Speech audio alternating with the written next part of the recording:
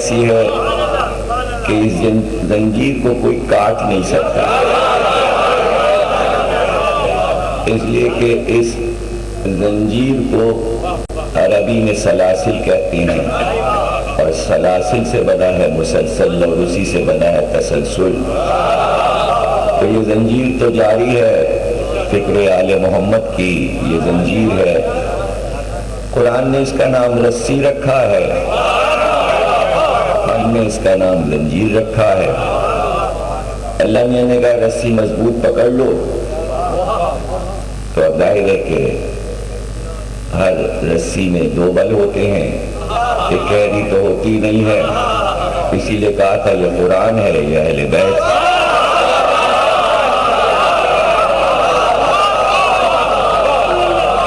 موضوع کوئی بھی ہو، کوئی بھی موضوع رکھیں ہم، بت شکن، بت تراش، بات پہنچتی وہیں قرآن اور اہل بیت۔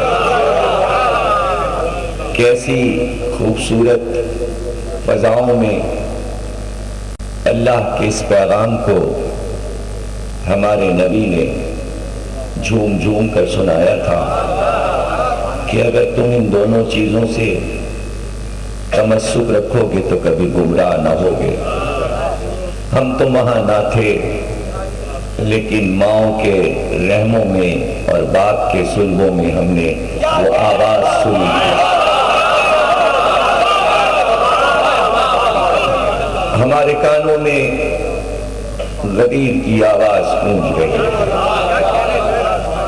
ہاں، خوشیوں کی چھاؤں میں جب پیغام سنایا جاتا ہے تو کبھی کبھی ذہن سے محو بھی ہو جاتا ہے، لوگ بھول بھی جاتے ہیں، لیکن اس پیغام کو دوبارہ نبی نے غم کی چھاؤں میں سنایا۔ اور دنیا میں میں سمجھتا ہوں سر کٹ جانا اتنا بڑا غم نہیں ہے، سر کٹ کے نیزے پہ بلند ہو جانا اتنا بڑا مصائب کا بار نہیں ہے۔ میں سمجھتا ہوں کہ میرے سرکار کا سر اسی وقت کاٹا گیا، میرے سرکار کا سر اسی وقت نیزے پہ بلند ہوا جب سرکار نے کہا لاؤ میں لکھ دوں یہ قرآن ہے، یہ اہل بیت، اور یہ جواب دیا گیا کہ یہ ہذیان بک رہا ہے۔ جس نے یہ کہا تھا کہ یہ ہذیان بک رہا ہے، اس کی زبان اس وقت شمر کے خنجر سے کہیں زیادہ تھی۔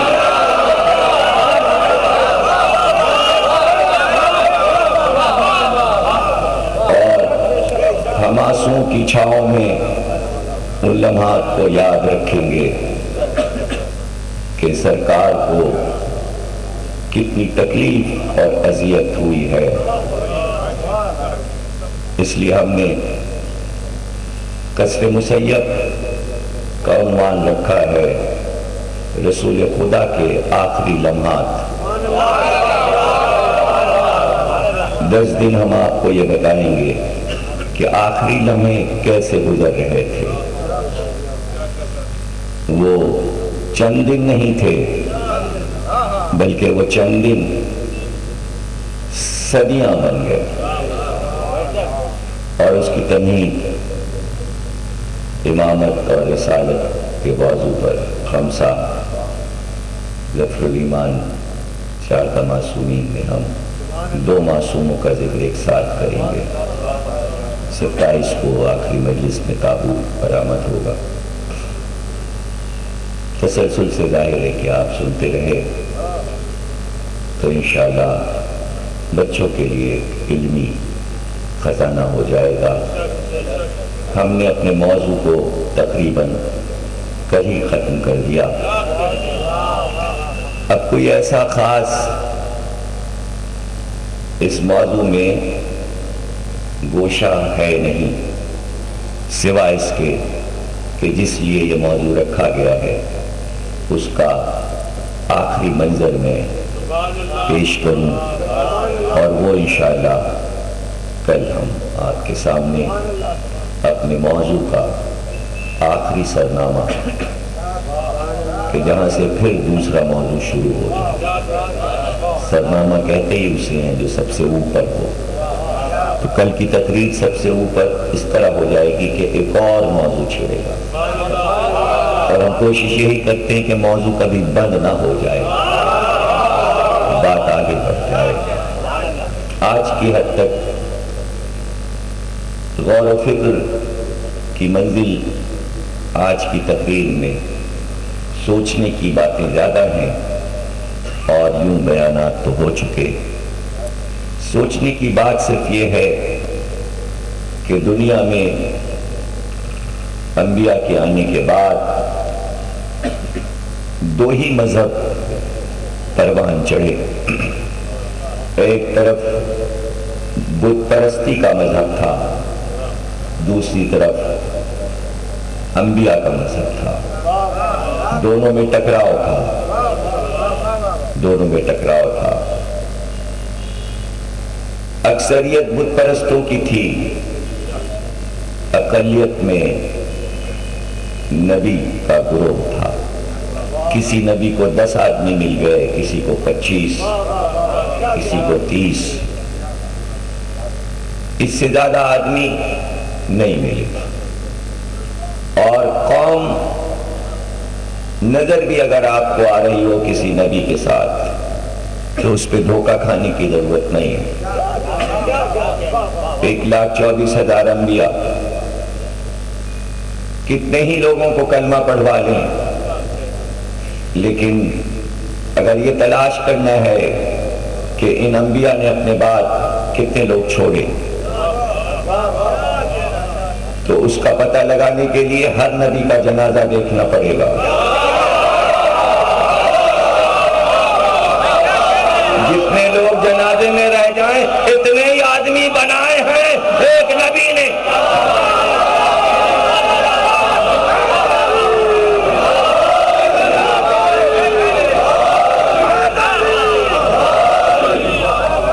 سب سے زیادہ ہمارے سرکار نے 1,00,000 انبیاء میں سب سے زیادہ آدمی ہمارے سرکار نے اپنے بعد چھوڑے۔ سرکار سے زیادہ تعداد کوئی نبی نہیں بنا سکا، کسی کے 2، کسی کا 1، مخلص 1، مخلص 2، لیکن ہمارے سرکار نے سب سے زیادہ مخلص بنائے۔ اور ہمیں پتہ چلا کہ سرکار کے جنازے میں کل 14 آدمی تھے، یہ سب سے زیادہ تعداد ہے، 1,24,000۔ اب میرا جملہ ضائع نہ کیجیے گا، انبیاء میں سب سے بڑی تعداد 14 کی ہے، اور اس سے بڑی تعداد 40 کی ہوتی ہے۔ اس لیے رسول اللہ نے کہا تھا کہ یا علی اگر 40 آدمی ملیں تو قیام کرنا، یعنی علی کے لیے 40 کی تعداد مقرر تھی، لیکن علی 40 آدمی نہیں بنا سکے۔ اس لیے اولین و آخرین میں آدم سے قیامت تک سب سے زیادہ آدمی جس نے بنائے اس کا نام ہے حسین 72۔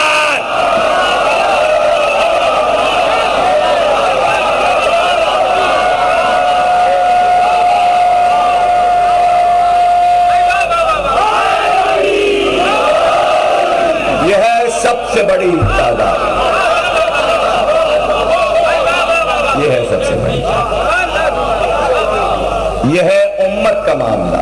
اب رہ گیا گھر کا معاملہ، تو سارے انبیاء کے گھروں کو بھی دیکھتے ہوئے چلے۔ گھر کے اتنے ہی لوگ بچے جتنے نوح کی کشتی میں تھے۔ ابراہیم کے یہاں گھر کے اتنے ہی لوگ بچے جتنے اللہ کے گھر کی 4 دیواری کے اندر تھے۔ اسی طرح ہر نبی کو دیکھتے چلے جائیں، بات گھٹتی چلی گئی، اس لیے کہ موسیٰ کو گھر والے نہ ملے۔ شادی تو ہوئی لیکن بیوی باغی نکل گئی۔ موسیٰ کی بیوی نے موسیٰ کے نائب سے میدان جنگ میں جنگ کی۔ صفورہ یوشع بن نون کے مقابل میدان جنگ میں آئی۔ لڑائی ہوئی اور قیامت کی لڑائی ہوئی. ایک طرف یوشع بن نون کا لشکر تھا اور ایک طرف موسیٰ کی زوجہ صفورہ کا لشکر تھا. صفورہ اونٹ پہ بیٹھی تھی اور تلواریں چل رہی تھی.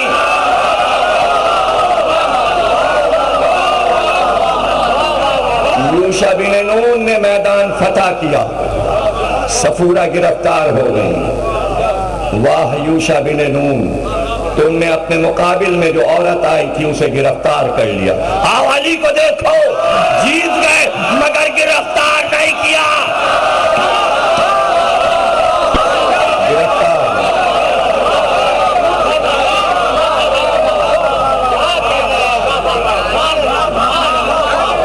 گرفتار نہیں. عیسیٰ نے شادی ہی نہیں کی.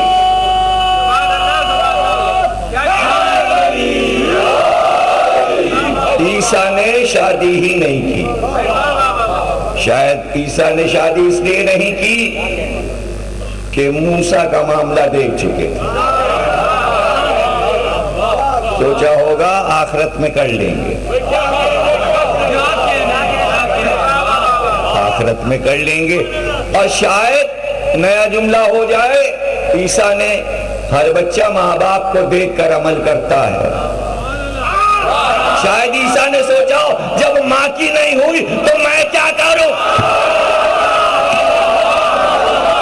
نیا جملہ ہے نا, جب ماں نے نہیں کی.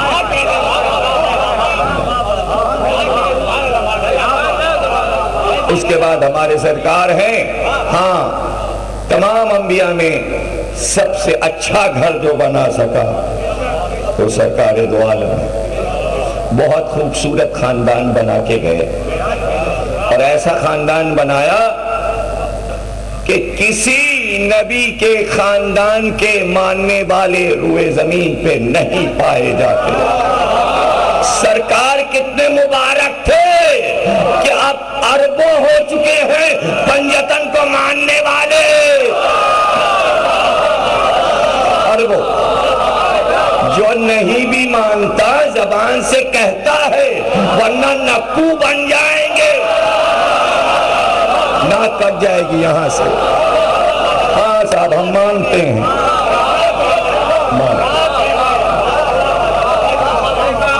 یہ فکری باتیں ہیں اور ان کو محفوظ کیجئے. ایک طرف بت پرست تھے, ایک طرف توحید پرست تھے.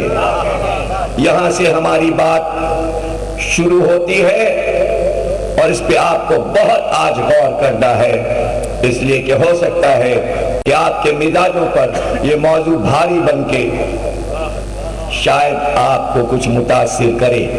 لیکن نکل جائیے گا تلواروں کے اس دریا سے.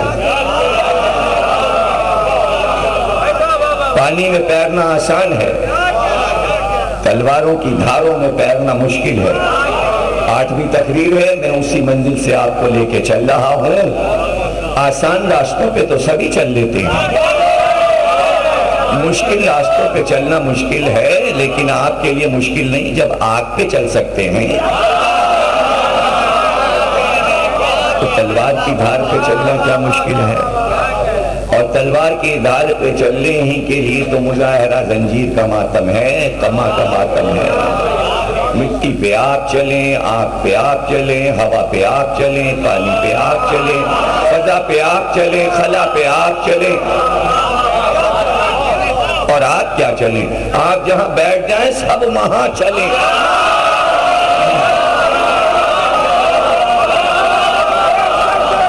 سب وہاں چلیں.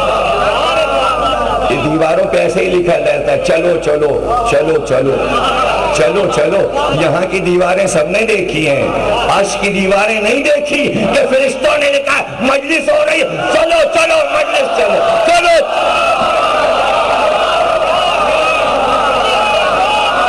چلو چلو مجلس چلو. حدیثیں ہیں, ایک دو نہیں, ہزاروں ہزاروں ہزاروں. کہ عرش کے رہنے والے بھی اتر پڑتے ہیں. کیا ذکر کو بلندی اور عظمت پروردگار نے عطا کہ کیسے بیٹھے رہ جاتے ہیں دنیا والے، سمجھ میں نہیں آتا کہ ذکر سننے کے لیے دل آمادہ نہیں ہوتا، دل ملامت نہیں کرتا، اللہ متوجہ ہو جاتا ہے، اور بندے ضد، کیا ضد؟ وہی جو بت پرستوں بھی تھی، معلوم ہے ہل نہیں سکتے، کھا نہیں سکتے، چل نہیں سکتے، عادی اتنے ہو گئے کہ حلوے کے بت بنائے، حلوے کے بت جیب میں رکھ لیا، حلوہ نکالا، اس کا گڈا بنایا، سر بنایا، ٹانگیں بنائی، سامنے رکھ لیا، ہاتھ جوڑے، پوجا کا وقت ہو گیا، پرستش ہوئی، تھوڑی دیر کے بعد بھوک لگی، وہی بت نکالا، کھا گئے۔ کبھی بتوں کے آگے انسانوں کی قربانی، کبھی بت انسان کھا جائے، کبھی انسان بت کھا جائے۔ اب کہاں آپ یہ جملہ میرا ضائع کر دیں گے؟ ارے جنہوں نے بتوں کو کھایا ہوا تھا، مکے میں آ کے وہ بت ہضم نہیں ہوئے، بت نکل پڑے۔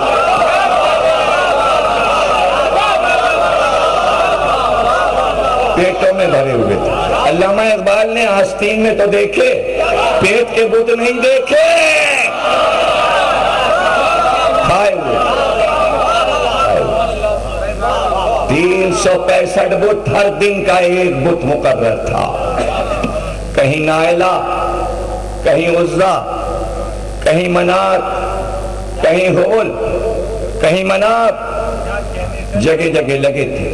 چلتے تھے حج کے لیے تو ایک ایک بت کی پوجا کرتے ہوئے، سلامیاں دیتے ہوئے، سندور کے ٹیکے لگاتے ہوئے، قربانیاں دیتے ہوئے، چادریں چڑھاتے ہوئے، کپڑے چڑھاتے ہوئے، پیروں کو چھوتے ہوئے، پانی ان پہ ڈالتے ہوئے، ان کو نہلاتے ہوئے، دودھ ان کے قدم میں لٹاتے ہوئے، پھول چڑھاتے ہوئے، کہیں سر پہ پھول رکھ دیا، کہیں یہاں پھول رکھ دیا، کہیں وہاں پھول رکھ دیا۔ اب یہاں وہاں کیا بچے سمجھیں گے؟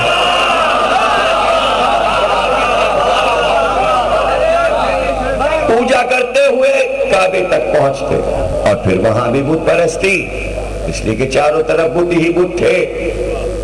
جاتے، جو چاہتے مانگتے، جو چاہتے کہتے، لیکن ایک اطمینان تھا، بہت اطمینان تھا، سارے بت پرستوں کو ایک اطمینان تھا،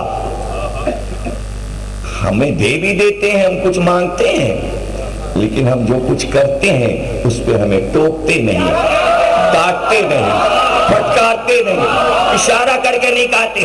کوئی بت یہ نہیں کہتا زنا نہ کرو، جھوٹ نہ بولو، چوری نہ کرو۔ ہم آرام سے پورے سال اپنے کام کرتے ہیں، چوریاں بھی کرتے ہیں، زنا بھی کرتے ہیں، جھوٹ بھی بولتے ہیں، جوا بھی کھیلتے ہیں، شرابیں بھی پیتے ہیں، کچھ کہتے ہی نہیں، ٹوکتے ہی نہیں۔ عادت پڑی تھی کہ سب کچھ کرنا ہے اور بدھ بھی ماننا ہے، مذہب پر بھی چل رہے تھے اور اپنے کام بھی کر رہے تھے۔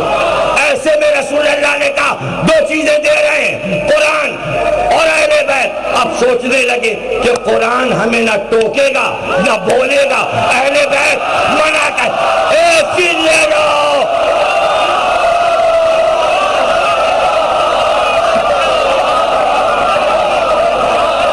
عادت پڑی تھی،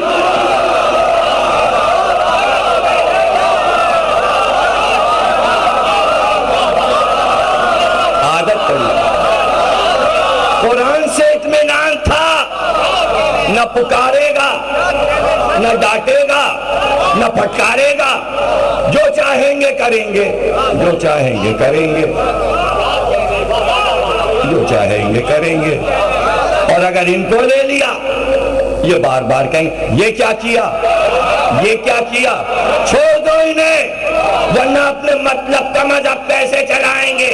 پتہ چلا اہل بیت کو اس لیے چھوڑا گیا کہ مطلب کا مذہب چلانا تھا۔ اب سمجھ لو، مطلب کا مذہب لیے یزید بیٹھا تھا، حسین سے چاہتا تھا کہ دستخط کر دیں کہ یہ والا چلے، حسین نے کہا نہیں، تیرا والا نہیں چلے گا، ہمارا والا چلے گا۔ یہ مارکہ حق و باطل کربلا، اس لیے زندہ ہے کربلا، اس لیے زندہ ہے کربلا۔ 1,24,000 انبیاء کی محنت تھی۔ حسین نے کہا سن، کیسے کہہ دوں، آدم سے لے کر یہاں تک وہی آئی ہے؟ وہ کہہ رہا ہے نہیں آئی، اب جو میں نہ منوا لوں تو صحیح، آئی ہے وہی، آتا ہے فرشتہ۔ تو کہہ رہا ہے محمد پہ نہیں آیا، آئے گا، آتا رہے گا، جہاں میرا ذکر ہوگا وہاں فرشتے آئیں گے۔ سمجھیے اس کو، حسین نے کیا احسان کیا؟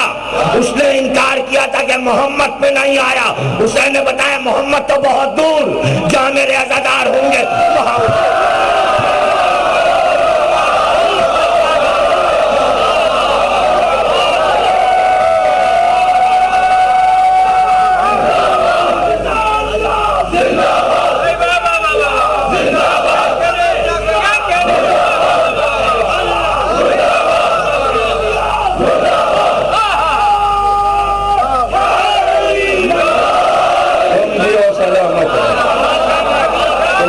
دم سے، جملہ لے لو، تمہارے دم سے توحید کے پرچم کھلے ہیں، دعوے کچھ اور کرتے ہیں، پرچم یہاں کھلتے ہیں، توحید یہاں ہے۔ آج یہی بات بچوں کو سمجھانا چاہتا ہوں کہ زیادہ حملہ ہم پر ہوتا ہے کہ ہم توحید چھوڑ چکے، ہم بت پرستی کر رہے ہیں۔ یہی تو بتانا ہے بت پرست کون ہے اور توحید پرست کون ہے۔ آج کی تقریر یاد رکھنا، پوری دنیا کے مقابلے میں، پوری دنیا کے مقابلے، اور اس کو سمجھنے کے لیے اتنی نازک منزل میں نے چنی ہے اپنی بات کو سمجھانے کے لیے۔ وہ تھے بت پرست، حسین ترین بت تراشتے تھے، اللہ کو پسند نہیں تھے بت، نہ لکڑی کا بت پسند، نہ پتھر کا مجسمہ پسند، نہ مٹی کا مجسمہ پسند۔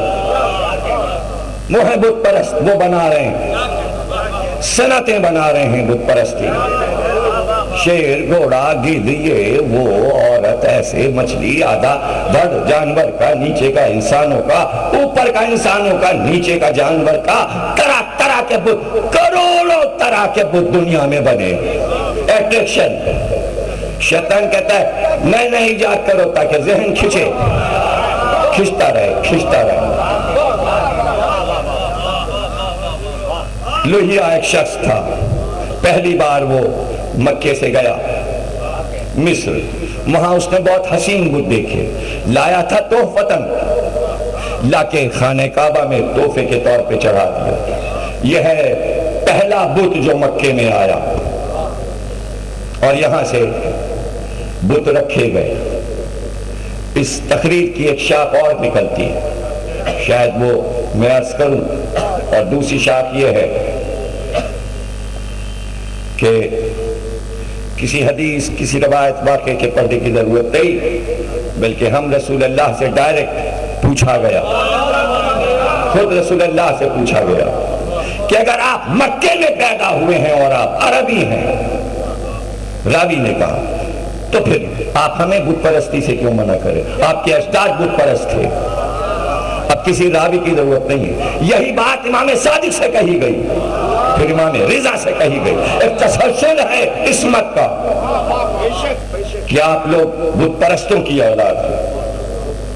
جو جواب رسول اللہ نے دیا تھا وہی بات کے تمام ائمہ نے جواب دیا، اور قرآن کی آیت سے اور رسول اللہ نے فرمایا کہ تو نہیں دیکھتا کہ اللہ کہتا ہے ابراہیم سے انی جاعلک للناس اماما، ہم نے تمہیں انسانیت کا امام بنایا،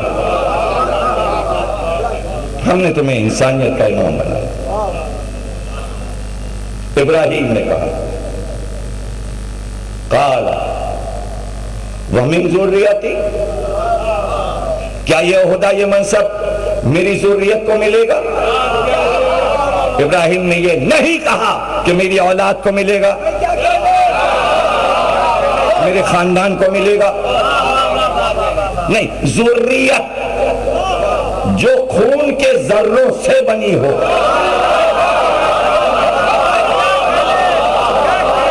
رشتے بہت طرح کے ہوتے ہیں، سسرالی رشتے بہت سے ہو جاتے ہیں، میری ذریت کو یہ امامت ملے گی۔ آواز آئی فَأَحْدِ الظَّالِمِينَ، یہ عہدہ ظالم نہیں پائیں گے۔ رسول اللہ نے کہا سن، بت کو پوجنا ظلم ہے، شرک ظلم ہے۔ ہمارے اجداد میں جو آل اسماعیل تھے وہ اس لیے بت پرستی نہیں کر سکتے کہ ابراہیم نے یہ دعا کی تھی پروردگار میری اولاد بت پرستی سے دور رہے تاکہ اس کو امامت کا عہدہ ملے۔ جملہ سن لو، جہاں جہاں امامت ہے وہاں ظلم نہیں، جہاں ظلم ہے وہاں امامت نہیں۔ وہاں کا امام بننا اور ہے، یہاں کا امام بننا اور ہے۔ رسول اللہ نے کہا ہمارے اجداد نے کبھی ظلم نہیں کیا، یعنی شرک کو پسند نہیں کیا۔ یہی امام نے جواب دیا۔ اس پہ ہم گفتگو انشاءاللہ 2 تقریروں میں کریں گے کہ کیسے محفوظ رہی اولاد اسماعیل جو اجداد رسول ہیں، اور ان کی ضمانت قرآن میں اللہ نے لے لی کہ انہوں نے بت نہیں پوجا، انہوں نے شرک نہیں کیا۔ لیکن آج کی تقریر جو دعوت فقہ میں آپ کو دے رہا ہوں، ادھر تھے بت پرست اور وہ چیزیں بنا رہے تھے، ادھر تھے توحید پرست۔ تو میرا یہ جملہ آغاز ہو رہا ہے میرے اس بیان سے جہاں تقریر ختم ہوگی کہ اس طرف اللہ، اس طرف انسان بت بنا رہے تھے، اس طرف اللہ اپنے ماننے والوں سے کچھ چیزیں بنوا رہا تھا۔ یہی تو جملہ ہے، یہی تو جملہ ہے۔ وہ بت بنا رہے تھے، اللہ کہہ رہا تھا تم جو کچھ بناؤ وہ ہماری نظر میں باطل ہے، ظلم ہے، اپنے والوں کو جو ہم بنا کے دیں یہ حق ہے۔ مسلمان یہی اب تک سمجھ نہ سکے، اس لیے فرقے بن گئے۔ جس دن مسلمان یہ بات سمجھ جائیں گے، وہ بت بنا رہے تھے، توحید پرست بھی کچھ بنا رہے۔ اور یہ بات میں کہہ چکا کہ وہ تقریر آگے چلے گی اگر آپ کو یاد ہو جائے۔ نوح تم کشتی بناؤ،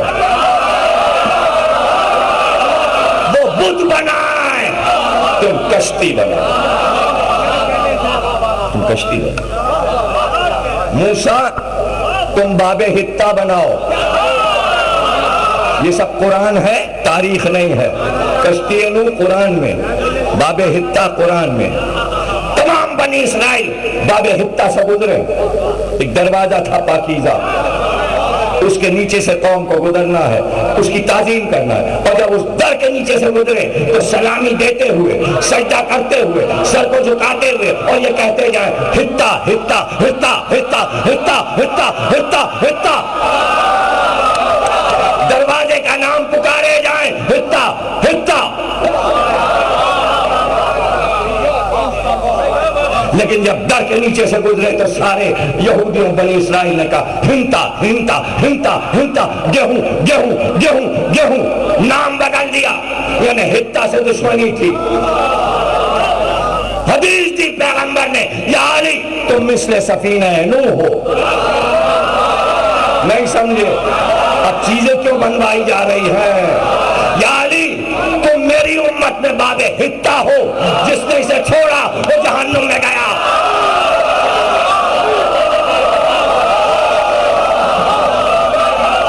حتہ، باب حتہ، موسیٰ کا عصا، ہاتھ میں ید بیضا، دیکھنے والا موتی، تم مٹھی کھول دو روشنی پھیل جائے، یا ساجدہ بن جائے۔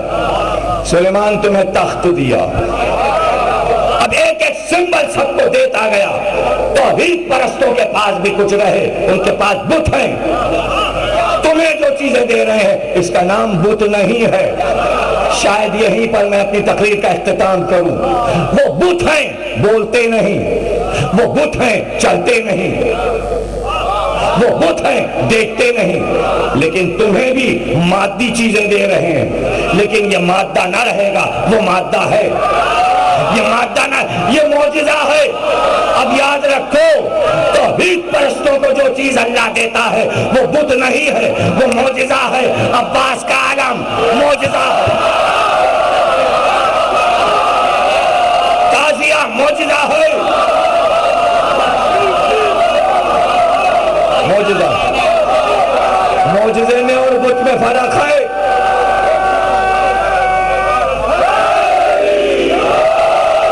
معجزے میں اور بت میں فرق ہے۔ سجدگاہ توحید کا سمبل ہے۔ یہ سب نہ ہو تو توحید نہ ہو، کشتی نو نہ ہو تو توحید نہ ہو۔ اور بناؤ، تم بناؤ، تم جو بناؤ گے ہم اسے پسند کریں گے۔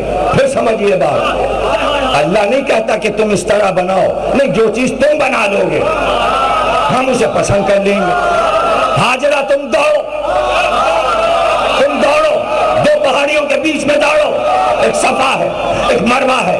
اب یہ پہاڑی بھی پاک ہو گئی، وہ پہاڑی بھی پاک ہو گئی۔ بت پرست پہاڑیوں کی پوجا کرتے تھے، وہ پوجا ہے، پہاڑیوں کی پوجا اور ہے، صفا اور مروہ اور ہے، اس لیے کہ یہاں ماں کی ممتا ہے، یہاں کفر ہے، یہاں ممتا ہے۔ جہاں ممتا ہو وہاں توحید ہے۔ ہم سب کو اسی طرح دوڑوائیں گے، یہ پہاڑ سب کو چوموائیں گے، قیامت تک یہ پہاڑ چومے جائیں گے، ان کے درمیان دوڑا جائے گا۔ تو اب جہاں پہاڑ پوجا جائے وہ حرام، جس پہاڑ کے درمیان ممتا ہو اسے چومو، جہاں ممتا ہو اسے چومو۔ وہاں پہاڑی اور ممتا، یہاں جھولا اور ممتا۔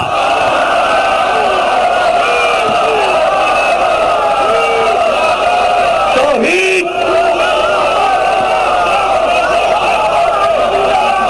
توحید۔ جاؤ کشتی نوح سے انکار کرو، جاؤ عصا موسیٰ سے انکار کرو، جاؤ باب حبتہ سے انکار کرو، کر دو انکار، تو پھر ہماری عزاداری سے بھی انکار کر دو۔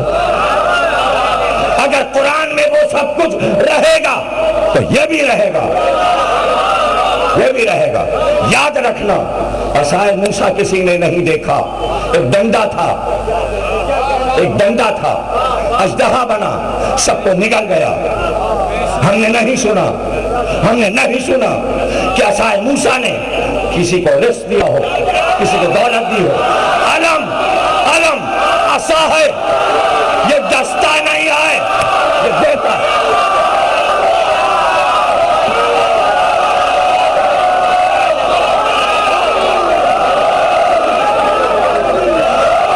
سنو، غور سے سنو،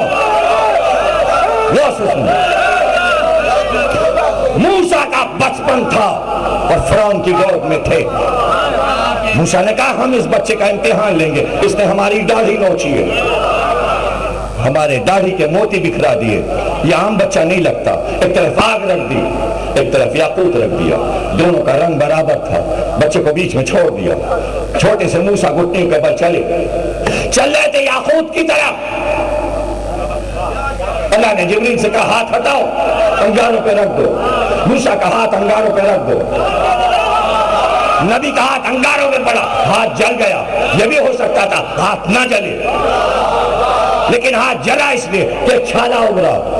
موسیٰ بڑے ہوئے، سمجھے یہ عیب ہے، ہر وقت مٹھی کو بند رکھتے۔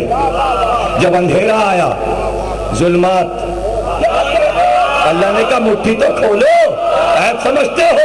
اب جو کھولا تو ہتھیلی میں چاند تھا، اس کا نام پڑا ید بیضا۔ اب اندھیرے میں اگر یہودی جا رہے ہیں، موسیٰ نے یوں کیا، اب یہودی صرف یہ دیکھ رہے ہیں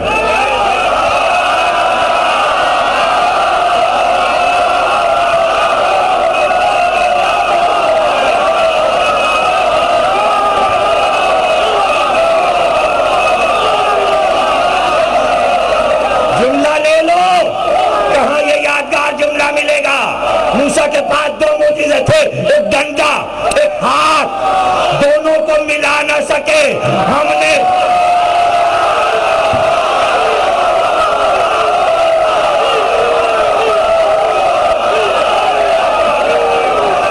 عباس علمدار، اب تک ہے زبانوں پہ علمدار علمدار۔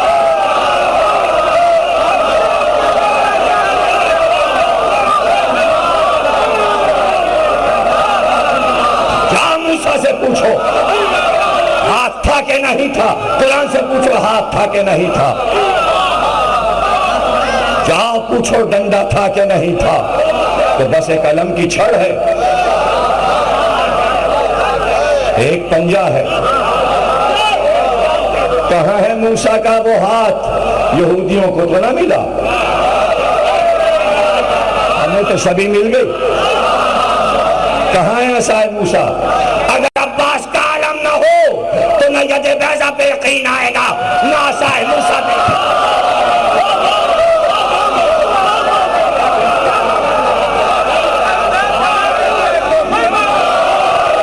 تم جیو تم سلامت رہو۔ موسیٰ ہم تم پر نعمتیں اتاریں گے۔ ہاں انہوں نے بت بنائے ہیں، یہ جاہل قوم تم سے کہہ رہی بت بنا دو، ہم بت سے افضل چیز تمہیں دیں گے۔ ہمیں بت پسند نہیں ہے، ہمیں بت پسند نہیں، ہم تم کو تابوت سکینہ دیتے ہیں۔ وہ عالم ہے، یہ تابوت ہے۔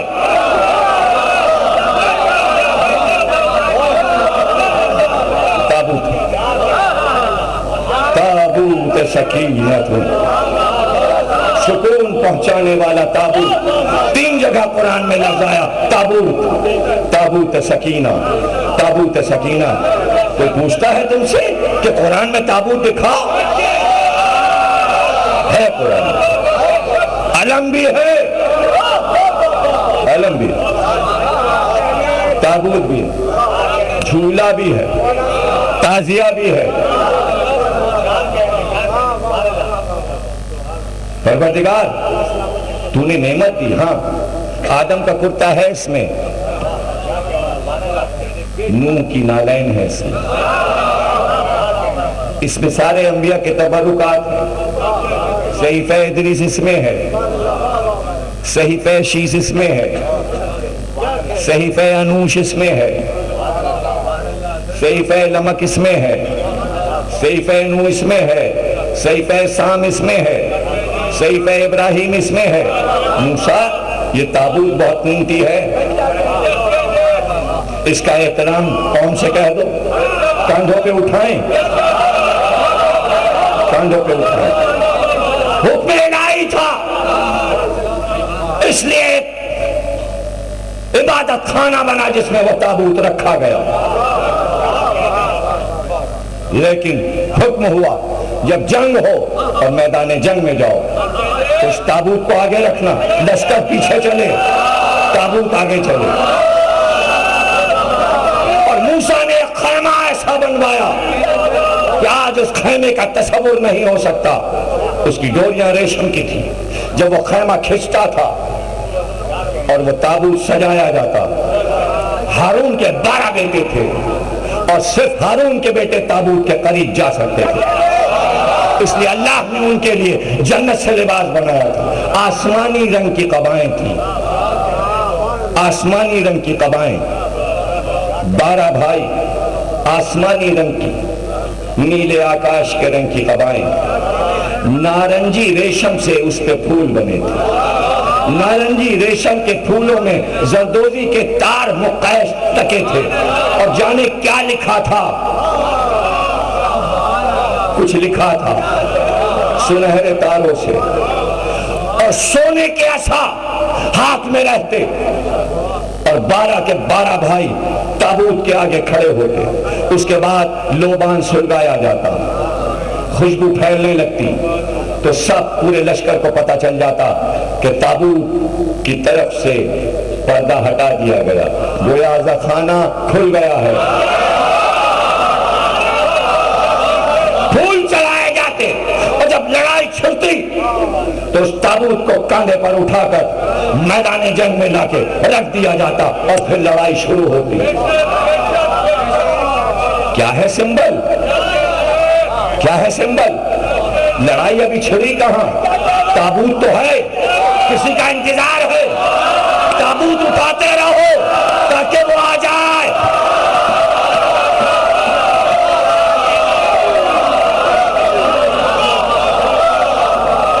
ہے کسی کی مجال؟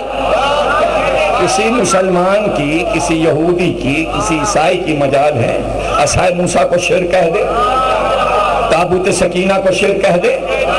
تو انبیاء کی تاریخ میں اللہ جسے تابوت دے دے دے دے، جسے نہ دے اسے نہ دے، جسے علم دے دے اسے دے دے۔ خیبر میں نبی نے علم دے دیا، دے دیا ہے علم، توحید کی نشانی۔ علم لے کے علی کیا کرنے جا رہے تھے؟ توحید کو بچانے جا رہے تھے۔ علم جبھی تو دیا جاتا ہے جب توحید کو بچانا ہو۔ جو توحید کو پامال کرے علم ان کے پاس نہیں ہوتا۔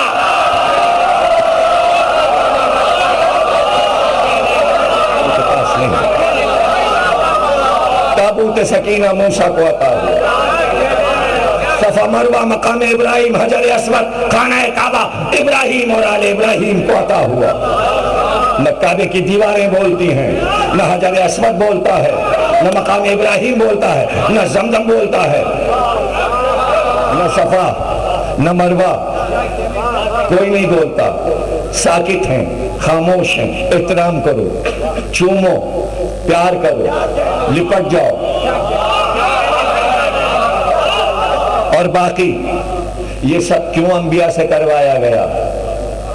دے دوں آخری جملہ، یہ سب انبیاء سے اس لیے کروایا گیا کہ عزاداری کو آسمان سے آپ پر اترنا تھا۔ ارے سب ختم ہوا، کشتی نوح نہ رہی، عصائے موسیٰ نہ رہا، تابوت سکینہ نہ رہا، ید بیضا نہ رہا، کچھ نہ رہا۔ اگر رہ گیا تو ہاجرہ کی یادگار، جو چیزیں پہلے ملی تھیں اس میں ممتا نہیں تھی، وہ ختم ہوئی۔ مکے کی یادگاریں رہیں اس لیے کہ اس میں ممتا تھی۔ جہاں ممتا ہوگی اللہ اسے زندہ رکھے گا۔ ماں ہاجرہ ہے یا فخر ہاجرہ سیدہ ہے، عزاداری میں دے رہی ہوں، عزاداری میں نے دی۔ دنیا کچھ بھی بکتی رہے، ہاجرہ کا دیا مانو گے؟ پھر سن لو، ہاجرہ کسی نبی کی بیٹی نہیں ہے، سیدہ نبی کی بیٹی ہے۔ جو کہہ گئی ہے اسے کرنا ہے۔ کون روئے گا؟ میرے بیٹے کو کون روئے گا؟ بی بی آپ نے بنائی ہے یہ عزاداری، ہمیں ملامت کی پرواہ نہیں۔ ہمیں معلوم ہے یہ سب توحید کے سمبل ہیں۔ علم بلند نہ ہوتا تو اللہ کو پکارنے والا کوئی نہیں تھا، تابوت کاندھوں پہ نہ اٹھتے تو اللہ اکبر نہ ہو رہا ہوتا۔ اس عزاداری نے اس سائنسی دور میں اللہ کے نام کو بچا لیا۔ بڑے توحید پرست اور ڈالر کے پجاری،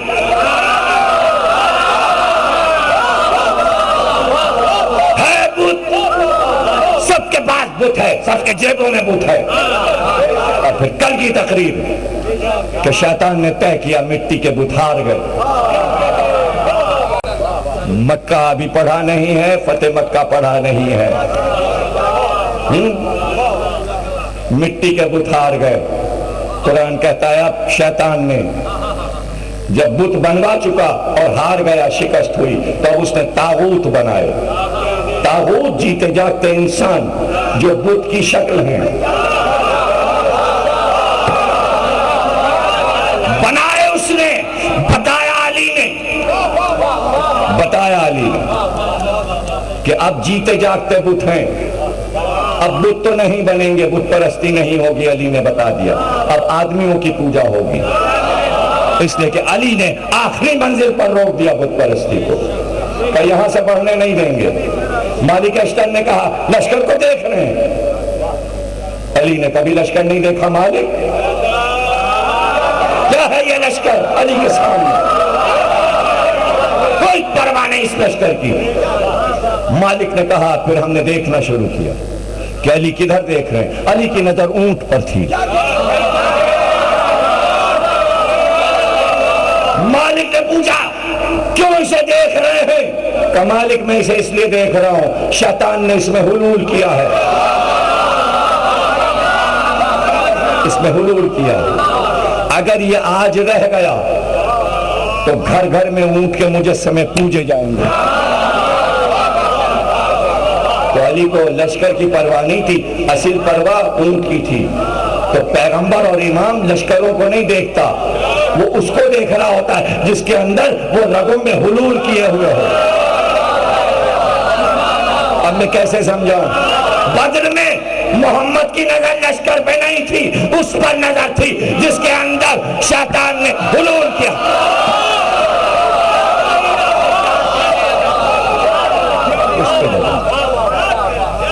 اب وہ مجسم میں آئے گا اور آ رہا ہے، اسے کہتے ہیں طاغوت، اسے کہتے ہیں طاغوت۔ اور آیت آئی قرآن اکفر بالطاغوت، اللہ کہتا ہے کافر ہو جاؤ اے مسلمانوں، اکفرہ کفر اختیار کرو مسلمانوں طاغوت سے۔ آیت ہے قرآن کی، ہم کیا کریں؟ طاغوت کو چھوڑو، تم سے طاغوت کو پجوایا جائے گا، تم ان سے کہہ دو ہم طاغوت کے کافر ہیں، ہم نے ان کی طرف سے کفر اختیار کیا۔ اب پتہ چلا شیعہ کافر، شیعہ کافر۔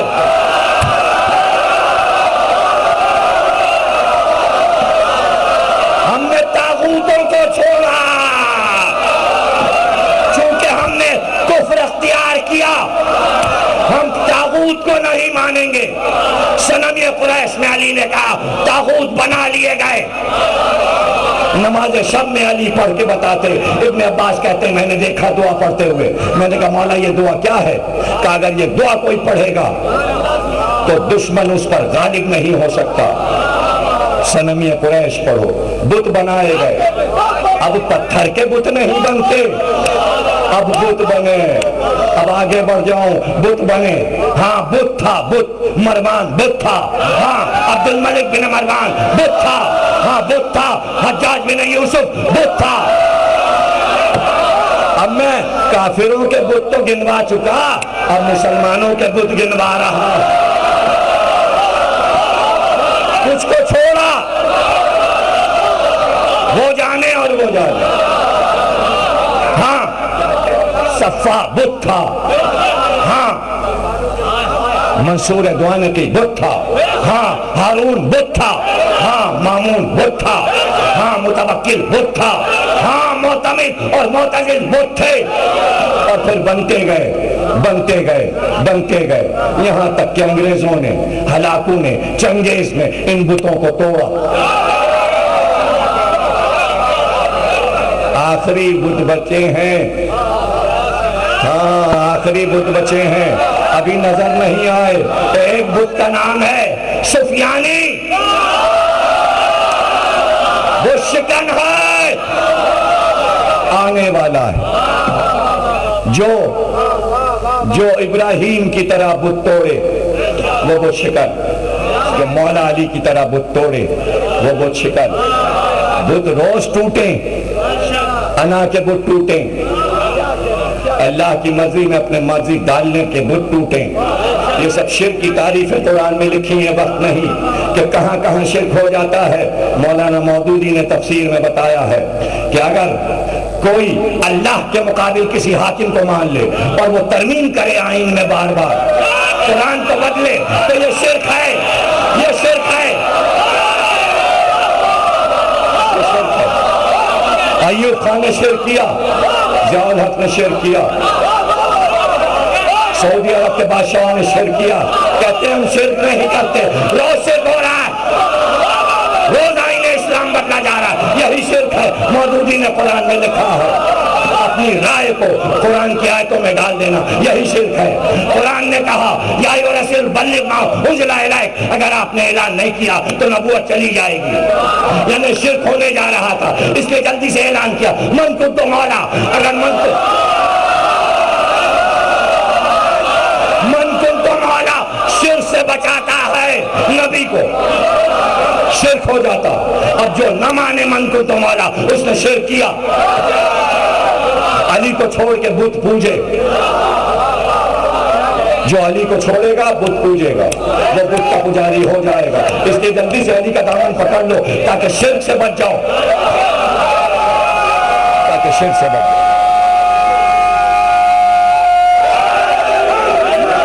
بس یہی بات تھی، اگر حسین نہ نکل پڑتے تو یزید کے بت بنتے، خدائی کا دعویٰ کرتا۔ حسین نے کہا کیا مجال، میں بیٹھا ہوا ہوں اور میرے سامنے کوئی خدائی کا دعویٰ کرے گا، کون سمجھے گا اسے؟ کیوں کہا ہے معین الدین چشتی نے حقہ کے بنا لا الہ است حسین، لا الہ کی بنیاد حسین نے رکھ دی۔ حسین نے بتایا تو خدا بننا چاہتا ہے، تو فرعون اور نمرود بننا چاہتا ہے، وحی سے انکار کر کے، قرآن سے انکار کر کے، پیغمبر سے انکار کر کے۔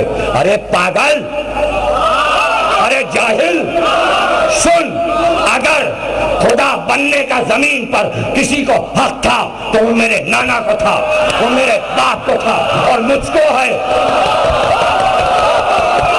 آخری جملہ ہے،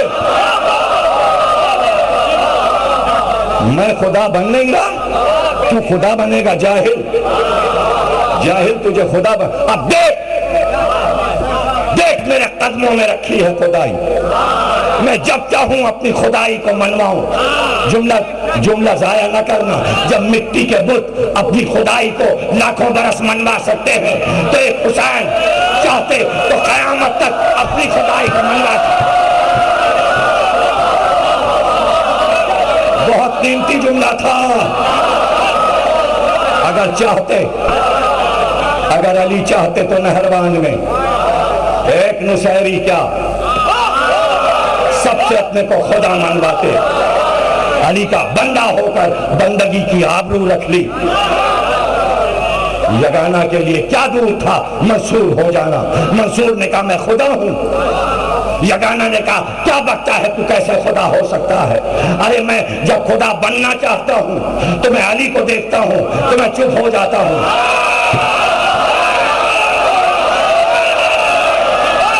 یہ فضائل ہیں، یہ نہ سمجھے کہ علی کو خدا بنایا گیا، بنایا نہیں گیا، سمجھایا گیا، بات سمجھائی جا رہی۔ اگر انسانوں میں خدا بنتا، اگر انسانوں میں خدا آتا، اوتار بن کے آتا، مظہر بن کے آتا تو علی کی شکل میں آتا، ہاں علی کی شکل میں، اور اگر اس کے بعد آنا ہوتا تو حسین کی شکل میں آتا۔ کیوں نہیں آیا؟ کیا قدرت نہیں رکھتا؟ تقریر ختم ہو گئی۔ کیا قدرت نہیں رکھتا؟ کیا تو حسین کی شکل میں نہیں آ سکتا؟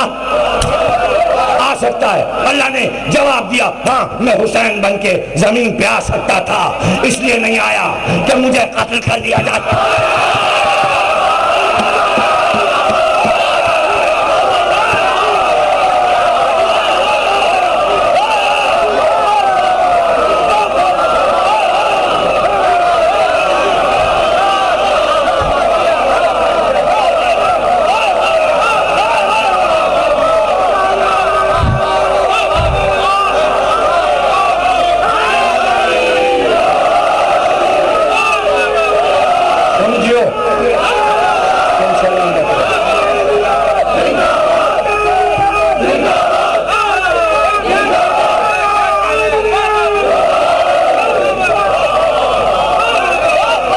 مجھے تمہارے تھکنے کا خیال ہے، جملہ اس سے بڑا ہے، جملہ اس سے بڑا ہے۔ گویا حسین نے قتل ہو کر اللہ کو قتل ہونے سے بچایا۔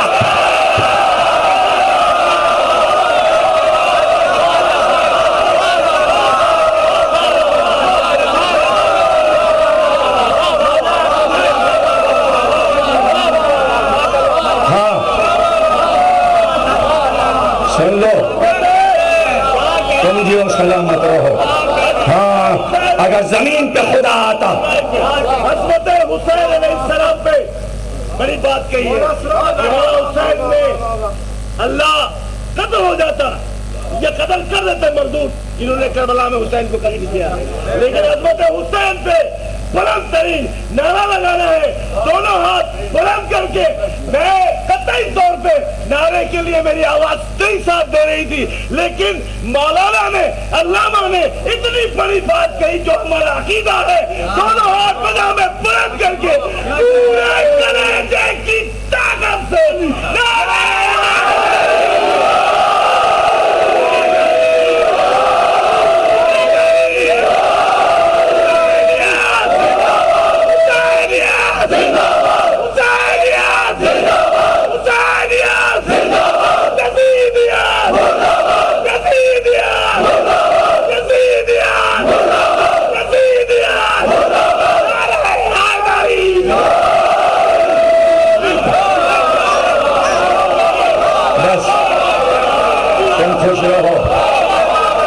تقریر ختم ہو گئی۔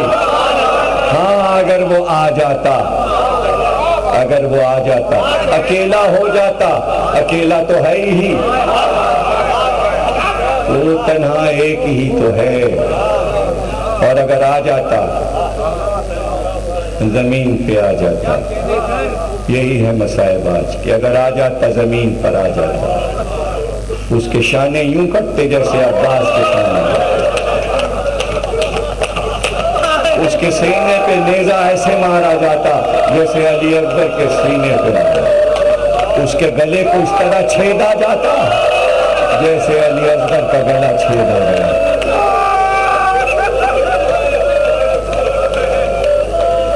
میں کیا بتاؤں مصائب میں جملے کیسے دوں، جملے تو آ رہے ہیں لیکن تم واہ واہ بعد میں کرنا، رو لینا۔ ایک جملہ آیا، شاید یہ سوچ کے نہ آیا کہ شانے کٹیں گے میرے، گلا کٹے گا میرا۔ جملہ سن لو تو میں جا کے زمین پہ کیا کروں، اس لیے کہ میں مارا جاؤں گا لیکن میرے بعد میرا رونے والا کوئی نہیں۔ اس نے سوچا ہوگا کون میری یاد میں روتا ہے، تو ایسے کو کیوں نہ بھیج دوں کربلا جس کے رونے والے ہو، زینب جیسی رونے والی ہو، سکینہ جیسی رونے والی ہو، رباب اور لیلا جیسی رونے والی ہو، سید سجاد جیسا بیٹا رونے والا ہو۔ روئیں گے ہم، روئیں گے۔ سید سجاد نے کہا جب تک زندہ رہیں گے روئیں گے، پانی دیکھا روئے، گوستن کو ذبح ہوتے ہوئے دیکھا روئے، مگر ہائے جانا تو قیامت تھا ہی زینب کا، لیکن شام سے واپسی قیامت تھی۔ پتہ ہے تمہیں جب زینب جا رہی تھی تو ایک ایک جگہ کو یاد کرتی جاتی تھی، اچھا اس پتھر پہ میرے بھائی کا سر رکھا گیا، اس درخت میں میرے بھائی کا سر لگتا ہے۔ اور جب واپس آئی تو ایک ایک جگہ رکتی جاتی، سید سجاد یہ تو وہی پتھر ہے، یہ تو وہی درخت ہے، یہ تو وہی درخت ہے۔ مگر ہائے قیامت پہ قیامت ہو گئی۔ یہ چھوٹے چھوٹے جملے نفسیاتی عمل میں آتے ہیں، جب بھی الگ سے یاد کریں گے جملہ تو آپ کے لیے مرثیہ بن جائے گا۔ قیامت یہ ہو گئی کہ جب کبھی زینب قید خانے میں بھائی کو رونے کو بیٹھتی تو فوراً ہی پہلو میں آ کے سکینہ بیٹھ، قیامت ہے نہ مرثیہ ہے نہ جملہ۔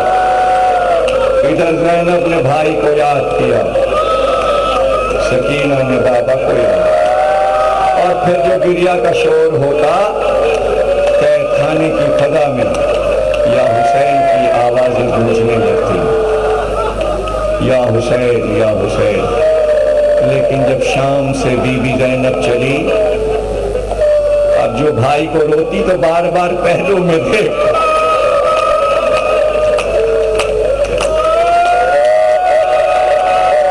سکینہ نہیں ہے، باپ کو رونے والی بیٹی نہ رہی۔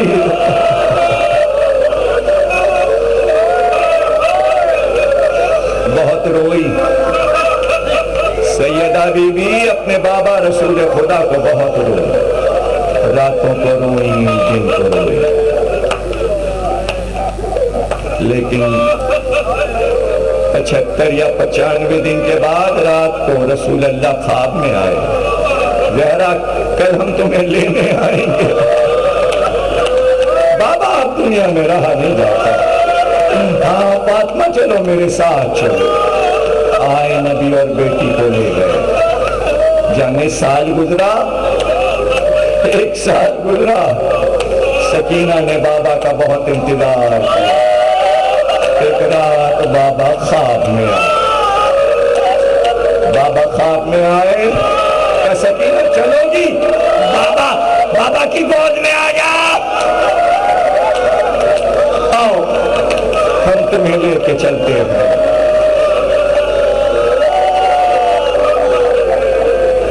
سکینہ آنکھ کھلی، آنکھ کھلی، پتہ ہے کیا ہوا؟ آنکھ بھی کھلی، زندہ تو اندھیرا تھا۔ سکینہ بی بی نے اپنے ننھے ننھے ہاتھ سے پوری زمین پہ ایسے ایسے ڈھونڈنا شروع کیا۔ زینب نے کہا کیا تلاش ہے؟ کہ بابا آئے تھے، پھپھی اماں بھی بابا آئے تھے۔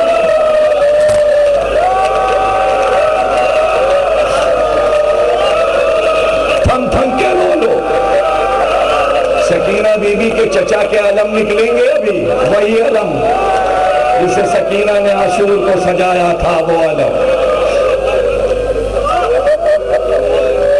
آج 18 ہو گئی، ایک ہی دن تو چہلم میں رہ گیا۔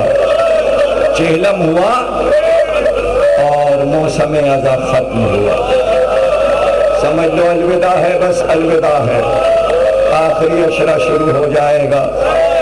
ہم حسین کو الوداع کہیں گے، ہم کربلا والوں کو الوداع کہیں گے، بہن چہلم کے دن الوداع کہنے آئے گی۔ اربعی ہے جب بہن قبر سے بچھڑ جائے گی، اور پھر کبھی کربلا آنا نہ ہوگا۔ چہلم حسین اور زینب کی آخری ملاقات کا نام ہے، آخری ملاقات کا نام ہے۔ پھر بہن قبر حسین، تم خوش قسمت ہو جب چاہو قبر حسین دیکھ لو۔ زینب جو کربلا سے گئی تو پھر بھائی کی قبر نہ دیکھ سکتی۔ پھپھی اماں بھی بابا آئے تھے۔ سکینہ بی بی نے رو رو کے پکارا، بابا۔ سکینہ ڈھونڈ رہی ہے، بابا آپ کہاں چلے گئے؟ بابا آپ کہاں چلے گئے؟ سکینہ جو روئیں، اب کس کے آنسو رکتے؟ دھاڑے مار مار کے پھپیاں روئیں، ماں روئی۔ کوہرام مچا، اندھیری زندہ میں کوہرام ہو گیا۔ سب نے کوشش کی سکینہ چپ ہو جائیں، سکینہ چپ ہو جائیں۔ ایک بار زینب اٹھی، سینے سے لپٹا لیا۔ دیکھو مجمع میں جنہوں نے چھوٹے بچے گود میں پالے ہیں، میں نے بھی پالے ہیں، مجھے پتا ہے یہ ایک نفسیات ہے، اور تمہیں بتا رہا ہوں، اگر نہیں یہ باتیں پتا تو سوچا کرو۔ جب بچہ بہت روتا ہے تو دل پگھلنے لگتا ہے، اگر ڈھاڑے مار کے بچہ روئے تو چپ کرانے کا جب کوئی طریقہ نہیں ہوتا تو چاہنے والی ماں، باپ، بھائی، ماموں، چچا اٹھا کے سینے سے لپٹا لے، بس سینے کی گرمی پائی اور بچہ چپ ہوا. جہاں تھپکا مارے بچے کو تسلی ملی. کچھ سمجھے؟ سکینہ بہت رو رہی تھی. رباب نے اٹھایا, سینے سے لگایا.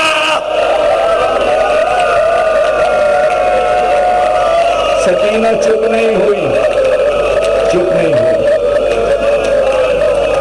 زینب نے سینے سے لگایا, سکینہ چپ نہیں ہوئی. سید سجاد نے گوشت سے لگایا, سکینہ چپ نہیں ہوئی. جب کوہرام بہت مچا, حاکم نے کہا شور کیسا ہے؟ اور وہ بچی جو روز روتی ہے وہ تڑپ کے اپنے باپ کو یاد کرتی ہے, کہتی ہے میرے باپ کا سر منگا دو. حاکم نے کہا سر لے جاؤ تاکہ سب چپ ہو جائیں, ہماری نیند خراب ہو رہی ہے. سر ملے گا تو سب چپ ہو جائیں گے, ہمیں نیند نہیں آتی جب یہ قیدی روتے ہیں. کہتے ہیں کہ سر ابھی لینے چلا تھا کہ جس صندوق میں سر تھا تالا ٹوٹ گیا. حسین خود چلے. سکینہ نے پکارا. قادر اللہ شوستری شہید ثالث لکھتے ہیں کہ سر خود چلا, اور جب قید خانے کے دروازے کے پاس سر حسین پہنچا تو تالا ٹوٹ کے گر گیا, دروازہ کھل گیا. سر حسین روشنی پھیلاتا ہوا آیا. سکینہ نے کہا بابا آئے, ایک بار اپنے ہاتھ پھیلائے. سر حسین سکینہ کے ہاتھوں پہ آیا. اب میری طرف دیکھنا. جیسے ہی سر آیا, سکینہ نے اپنا رخسار بابا کے رخسار پہ رکھا. جیسے ہی سر رکھا آواز بند ہو گئی, گویا حسین نے سکینہ کو گود میں لے لیا. زینب دوڑی, سکینہ کو اٹھایا, آواز دی سید سجاد انا للہ و انا الیہ راجعون. سکینہ مر گئی. سن لو دو جملے. سکینہ بی بی مر گئی. سید سجاد سکینہ کا دم رک گیا, سکینہ مر گئی. سر حسین دربان واپس لے گیا. اب سکینہ تو مر گئی نا.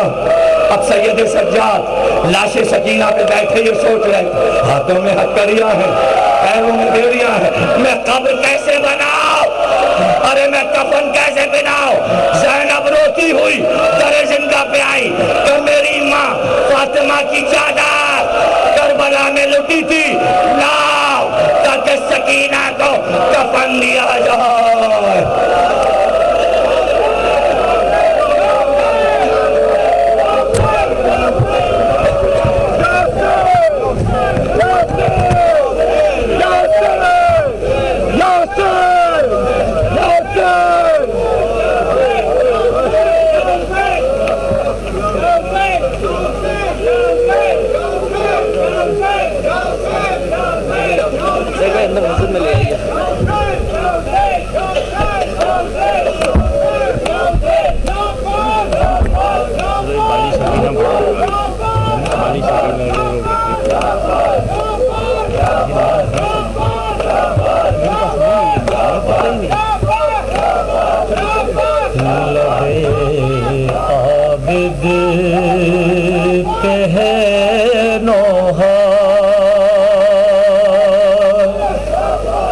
سکینہ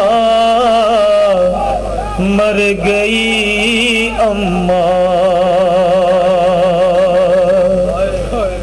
لبے